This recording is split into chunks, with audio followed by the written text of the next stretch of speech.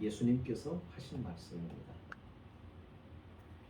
여기 굉장히 중요한 말씀을 합니다. 18절에 제자들을 향하여 이렇게 말씀하시는 거예요. 내가 너희 모두를 가리켜 말하는 것이 아니니라. 내가 너희 모두를 가리켜 말하는 것이 아니니라. 나는 내가 택한 자들이 누구인지 아닙니다. 자, 이게 무슨 말일까? 예수님께서 지금 제자들의 발을 씻기시고 너희도 이와 같이 내가 너희를 섬긴 것 같이 너희도 이렇게 좀 섬겨라. 세상은요, 윗사람을 공경을 하는 것만 이야기해요. 세상은. 그래서 다 올라가려고 그래요. 다 높아지려고 그래요. 다 어른이 되려고 그래요. 그래서 대접을 안 해주면 속상하고 마음이 별로 좋지를 않아요. 그래서 주님께서 말씀하시는 거야. 아니다. 진짜 어른은 섬기는 거야. 진짜 높은 사람은 섬기는 거야. 그거를 몸소 가르쳐 주는 거야. 보세요. 어른이 아이를 섬겨요. 아이가 어른을 섬겨요. 아이가 태어나면 그 아이에게 모든 시간을 다 투자를 합니다. 그 아이가 자라기까지 물질도 시간도 정성도 다 거기다가 집중해서 쏟아요. 그죠? 그래야 아이가 성장을 하는 거예요. 그러니까 사실은 이게 아이가 어른을 섬기는 게 아니에요. 어른이 섬기는 거예요. 그러니까 사랑으로 사랑하니까 수고하고 사랑하니까 애정을 갖고 막 아이를 시간을 들이고 물질을 들여가면서 온 정성을 다하는 거죠. 그렇게 해서 키워내요. 이게 하나님의 나라의 원리. 그래서 우리로 하여금 그거를 알아요. 그러니까 너가 많이 배웠냐? 그러면 배우지 못한 사람들을 무시하고 함부로 대하라는 하지 마. 세상은 그래요. 나는 이만큼 배웠는데 저만큼밖에 못 배웠어. 그러니까 아는 게 내가 더 많아. 그러니까 네가 나를 와서 가르쳐 달라고 해야지. 이거예요. 근데 주님은 그게 아니에요. 네가 많이 배웠냐? 은혜로 하나님께서 너에게 많은 지식을 준 거야. 기회도 주셨고 건강도 주셨고 배울 수 있는 환경도 물질도 제공해 주셨어. 그러니 많이 배웠으니까 배운 거 가지고 자랑하고 하지 말고 그 배운 것으로 그렇지 못한 사람들 그들의 형편을 이해하고 그들을 도와주고 그렇게 하는 것이 좋지 않겠냐. 이것이 하나님의 나라의 방법이고 주님의 모습. 그러니까 예수님도 하늘나라의 영광을 다 버리두었어요.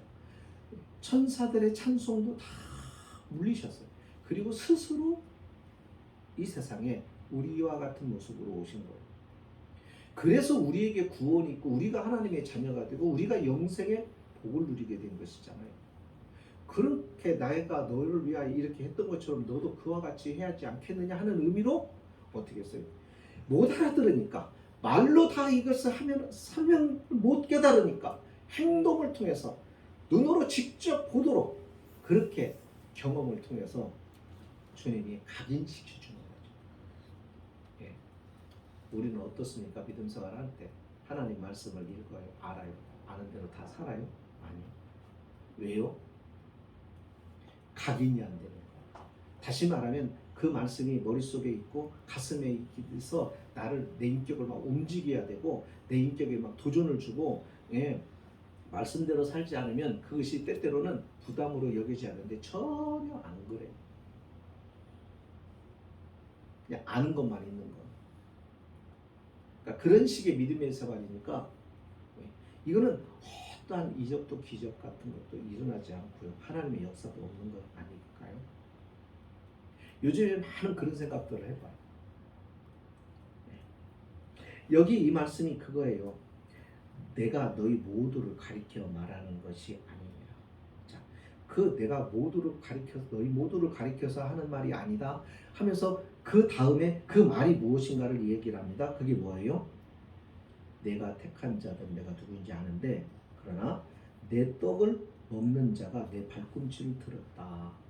한 성경을 응하게 하려는 것이다. 지금 누구에 대한 무엇에 대한 이야기를 하시려고 하는 걸까요? 이게요? 예. 이거 유다에 대한 이야기를 하시려고 하는 거예요. 제자들이 있어요.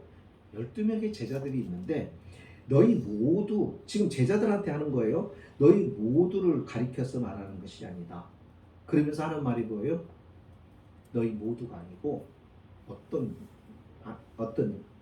사람이 어떤 제자나 나를 배반할 거다. 모두는 아니다. 누군가가 나를 배반할 거다. 그거예요. 이것은 앞으로 있을 일을 미리 주님께서 예언을 하시는 거예요. 자, 성경에 보면은 구약의 선지자들이 많은 예언을 해요. 예언이라고 하는 것은 과거에 있었던 일을 말하는 게 아니라 앞으로 있게 된 일들에 대하여 말을 해요. 많은 사람들이 전쟁이를 찾아다니면서 그 전쟁이들을 통해서 자신의 운명이 어떻게 될 것인가를 묻는 사람들이 참 많아요. 요즘에 텔레비전 같은 데도 아주 자연스럽게 있고요. 요즘에는 신문에도 무당들 운세 본다고 하는 것들이 쫙 광고로 올라와요. 전에는 상상도 못했던 거예요. 자, 이게 무슨 의미일까요? 세상이 그만큼 하나님과 등지고 있고 그만큼 타락해 있고 영적으로 심각한 문제가 있다는 거예요. 전에는 운세를 보는 거 숨어서 봤어요. 근데 요즘엔 자랑스럽게 여겨요. 심지어는요, 교회 권사님도 가서 그런 일들도 있더라고요.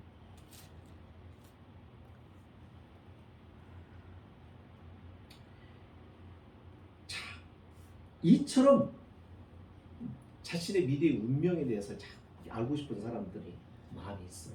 근데 누구나 다 그래. 그 궁금함은 있어요. 내가 앞으로 어떻게 될까? 10년이 어떻게 될까? 내 인생은 어떻게 될까? 이런 것들.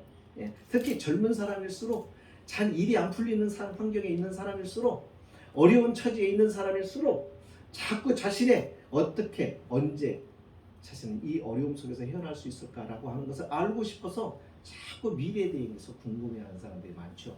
그러나 여러분, 미래는요 절대로 알 수가 없습니다.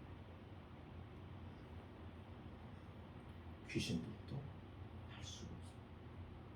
그러니까 전쟁이를 찾아다니고 예언가를 찾아다녀야 확실합니다. 미래를 알 수 있는 것은 미래에 대한 것은 오직 하나님만이 아시고 하나님만이 말씀해 주세요. 그래서 선지자들이 미래에 대한 이야기인데 미래에 대해서 다른 얘기 안 해요. 그 사람의 운명에 대해서 얘기하고 너가 앞으로 어떻게 이런 얘기 안 해요. 선지자도 그런 거는 몰라요. 하나님이 예언을 하게 하시는 것은 선지자를 통해서 예언하게 하시는 것은 미래에 어떤 일이 벌어지느냐. 그러니까 전체적인 세계 역사, 인류의 역사에 어떤 일들이 펼쳐질 것인가에 대한 가장 중요한 포인트를 전해주는 거예요. 그게 누구예요? 네. 예수님이죠. 예수님. 그래서 역사라고 하는 단어를 영어로 보면은 히스토리잖아요. 그의 이야기. His story. 그의 이야기. 역사의 주인공, 역사의 주관자, 이 역사의 흐름을 바꿔놓고 이 인류의 역사를 흥하게도 하고 망하게도 하고 심판하시고 운명을 좌우할 수 있는 존재가 바로 예수 그리스도예요. 그러니까 그분에 대한 예언들을 선지자들이 해왔던 거예요. 자, 근데 오늘 말씀을 보세요. 예수님께서 아주 기가 막힌 말씀을 하십니다. 여기 보니까 뭐라고 얘기해요? 내 떡을 먹는 자가 내게 발꿈치를 들었다. 이 말이 무슨 얘기일까요? 다윗은 시편 41편에서 그런 이야기를 했어요. 다윗이 이렇게 시를 썼지만은 이 시를 쓰는 게 다윗이 알고 쓰는 게 아니에요. 미래에 대해서 알고 쓰는 게 아니라 다윗은 자신이 느끼는 대로. 그리고 성령과 교제가 있었잖아요. 그러니까 그 성령 안에서 하나님과의 교제 속에서 그가 생각하고 그가 느끼고 하는 것들을 이제 시로 쓴 거죠. 예, 시로 쓴 거예요. 그거를 시 속에서 이런 고백을 합니다. 뭐라고 얘기냐면 나의 신뢰하는 바 내 떡을 먹던 나의 가까운 친구도 나를 대적하여 그 발꿈치를 들었나이다. 자기씩 그런 표현을 써요. 발꿈치를 들었대. 나의 신뢰하는 바.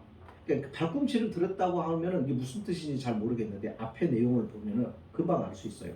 뭐라고 나오냐면 나의 신뢰하는 바, 내 떡을 먹던 나의 가까운 친구도. 그러니까 나와 함께 한 식탁에서 교제를 나누던 그 가까운 친구도 나를 대적하여 내 발꿈치를 들었다.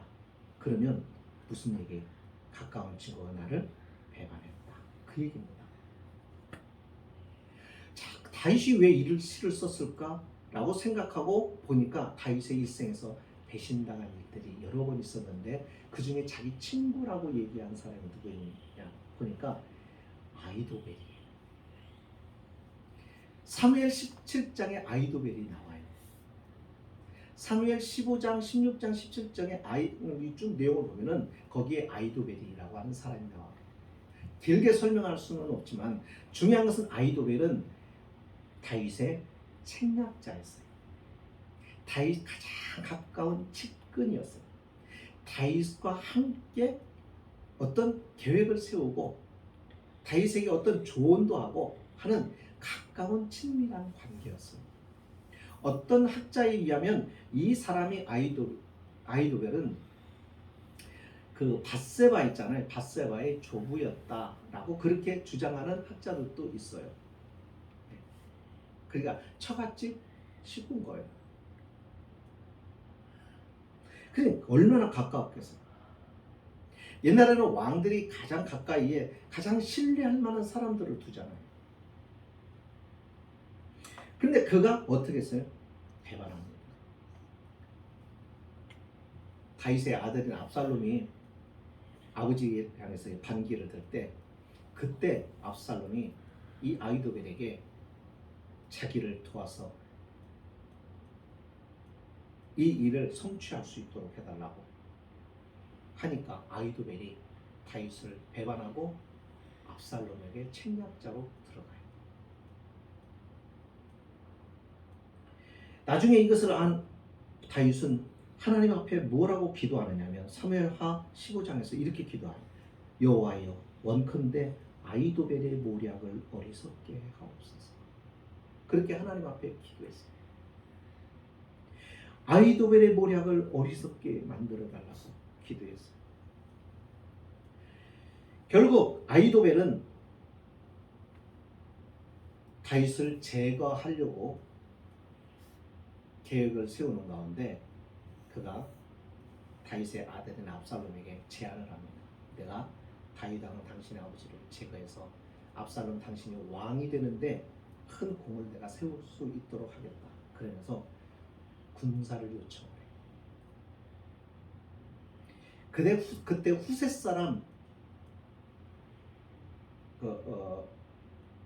이 아히도벨의 이 계략을 이렇게 들으면서 이 사람은 다윗 편에 있었거든요. 그런데 그 사람이 아히도벨의 이야기를 그 예언을 계획을 성취하지 못하도록 다른 의견을 제안합니다.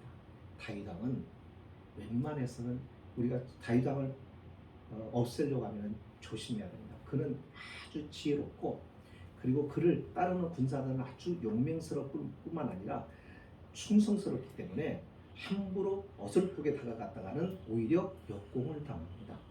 그래서 아히도벨의 그 계략이 거절당해요. 그러자 이 아히도벨이 자기의 책략이 거절당하고 그러자 그 아히도벨은 쓸쓸하게 그 자리를 떠서 자기 고향으로 갑니다. 그리고 모든 것을 다 정리하고 그 다음에 자기 고향 집에서 매달아 자살해요.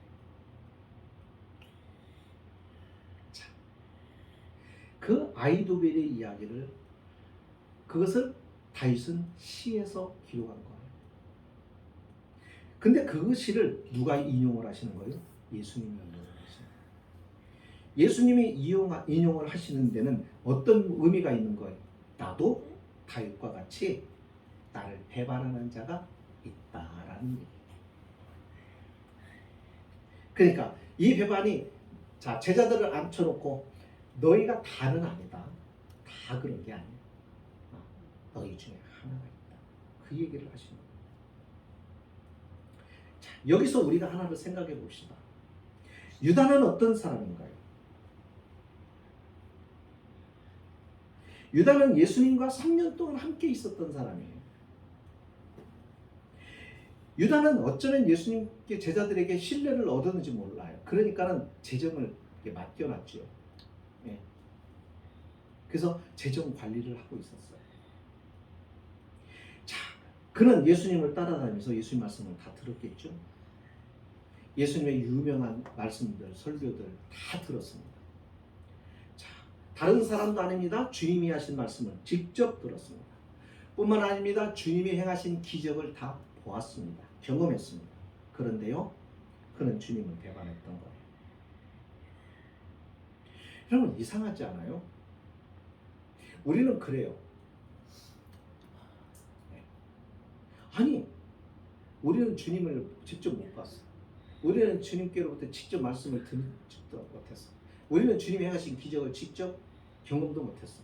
그런데 유다는 같이 주님과 함께 3년 동안 먹고 자고 같이 동행하면서 다 말씀을 들었고 다 기적을 보았고, 그러면 주님은 나 같으면 배반을 못할 것 같은데 어쩌면 유다는 그랬을까? 이게 사람이다. 다시 말하면 이 유다는 남이 아니에요. 내가 유다가 될 수 있는 충분한 조건과 환경을 나도 가지고 있다는 거예요. 오늘날도 마찬가지입니다. 하나님의 백성입니다. 하나님의 백성의 그룹 안에 있습니다. 교회의 구성원입니다. 우리가 그래서 직분도 있고 다 있습니다. 그런데 그 교회의 부류 안에, 하나님의 백성의 부류 안에 있으면서도 하나님의 자녀가 아닌 사람이 있을 수 있다. 그거예요. 내가 교인인 것이 중요한 것이 아니라 교인인데 하나님의 자녀가 아닌 자가 있다는 겁니다.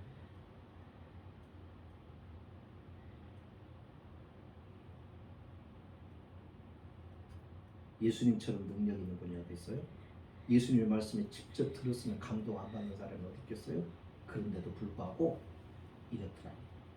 우리가 어느 날 은혜를 받아서 나는 은혜를 받은 적이 있어. 나는 은혜를 체험한 적이 있어. 나는 기적을 체험한 적이 있어. 내 기도를 응답해 주신 것을 내가 경험한 적이 있어. 그러니까 절대 나는 구원에서 제외된 사람은 아닐 거야. 그런데 구원에서 배제되는 사람이 있다는 거죠. 사도 바울이 이런 이야기를 했어요. 내가 이방인들을 그들을 전도해서 주님 앞으로, 하나님 앞으로 인도해서 그들을 영생의 길로 이끌어 놓고 내가 버림을 당하고 나는 지옥에 떨어질까 늘 조심스럽다. 그가 구원에 확신이 없어서 하는 말이 아니라, 그는 구원에 확신이 없어서 하는 말이라 늘 그와 같이 두려움을 가지고 자신의 믿음을 지켜나가는 일에 힘썼다. 누구도 넘어질 수 있다는 말입니다. 누구도 실패할 수 있다는 얘기입니다. 결정적인 순간에 믿음을 배반할 수 있다는 얘기입니다. 다윗 넘어지는 거 보세요. 다윗이 한순간에 넘어집니다.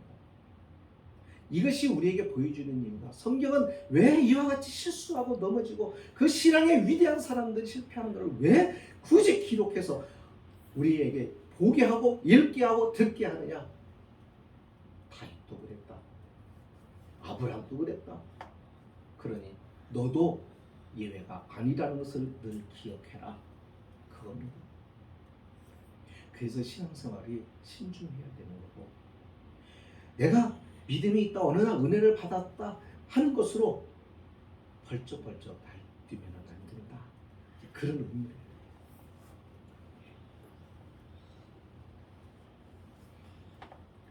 이것을 우리에게 얘기해 줍니다. 자, 그러면서 이 말씀을 하시는 이유를 주님께서 19절에서 이야기해요. 자, 내가 왜 이야기를 하는지, 그 설명을 합니다. 19절. 지금부터 일이 일어나기 전에 미리 너에게 일러두면 일이 일어날 때에 내가 그인 줄 너희가 믿게 하려고 합니다. 무슨 얘기예요? 내가 왜 이야기를 하는 줄 아냐? 이 이야기를 그냥 지금 앞으로 일어날 일이잖아요. 그죠? 네. 앞으로 일어날 일이. 그 앞으로 일어날 일. 너무 멀리 있는 수십 년, 수백 년 것을 얘기를 하면은 확인이 할 수가 없으니까. 이제 조금 있으면 있을 일. 그게 자기가 배반을 당할 일. 유다로부터 배반을 받을 일. 그것을 일어나기 전에 미리 이야기를 해줌으로써 내가 그인 줄, 내가 그 사람인 것. 누구요? 어떤 사람? 선지자가 예언하고 또 다윗이 말하고 했던 바로 그 하나님이 말씀하신 그 하나님이 선지자를 통해서 예언했던 그 수많은 선지자들이 말했고 수많은 신앙의 사람들이 말했던 증거했던 바로 그라는 것을 조금 있다가 확인할 것이다. 다윗이 고백한 시에 있는 것처럼 그 일들이 실제로 조금 있으면 일어나게 될 것이다. 그때 너희가 깨달아. 내가 누구인지. 제자들은 주님을 보았습니다. 제자들은 주님과 함께 있었습니다. 그럼에도 불구하고 그들이 정말 하나님이 나와 함께 하신다고 하는 것은 꿈에도 생각할 수 없을 만큼 너무나도 이것은 엄청난 일이었죠. 그래서 처음에는 잘 못 믿었어요. 제자들조차. 베드로도 고백은 했지만은 처음엔 잘 몰라요. 그랬으니까 어떻게 해요? 위험이 닥치고 예수님이 붙잡혀가고 하니까 도망갔거든요. 근데 언제 이것이 베드로가 변해요? 제자들이 변해요? 성령의 깊은 체험을 통해서 성령의 임재를 경험하고 난다. 그의 눈이 밝아지고 그의 모든 의식들이 깨어나면서 예수님이 확실하게 하나님의 아들이시고 그분이 메시아고 선지자들이 말했던 바로 그분이라는 것을 확실히 아니까 어떤 현상이 일어납니까? 생명을 걸고 이제는 그 예수를 전하며 살더라 그거죠. 바로 그다. 네가 생명을 걸 수 있을 만한 분이다. 나는 네가 목숨을 다하여 내 일생을 다하여 내 생을 다 내놓고라도 얻어야 하고 그리고 만나야 할 바로 그이다. 그것을 지금 말씀하는 거예요. 예. 우리는 예수님을 지식적으로는 알아요. 하나님의 아들이고. 근데 진짜 우리가 삶에서 예수님이 하나님의 아들이고 그분을 통해서만 천국 갈 수 있다는 것을 실제로 삶을 통해서 우리가 그렇게 살아가고 있느냐는 거죠. 이걸 늘 생각을 해야 된다니까요. 그거 생각 안 하고 믿음 생활을 하면은 우리는 헛다리 짚을 수가 있어요. 교회 다니는 사람이 다 구원받는 거 아니잖아요.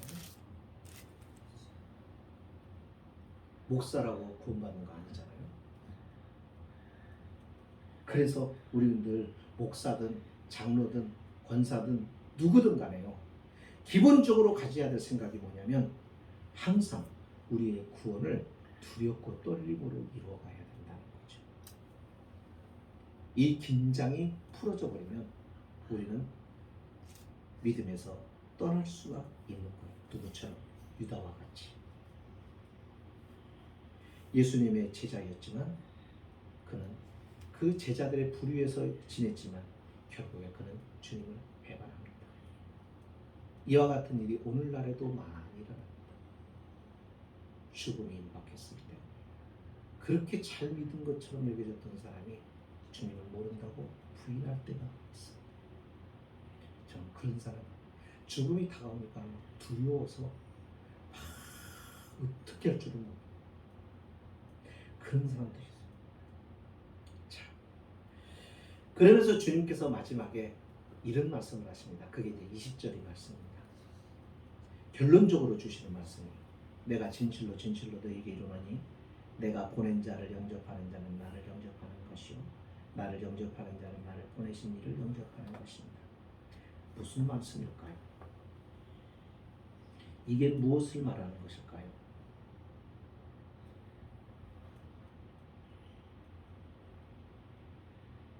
너희가 나를 영접했다면 너희는 나를 영접한 게 아니라 나 보내신 하나님을 내가 영접하는 것이다.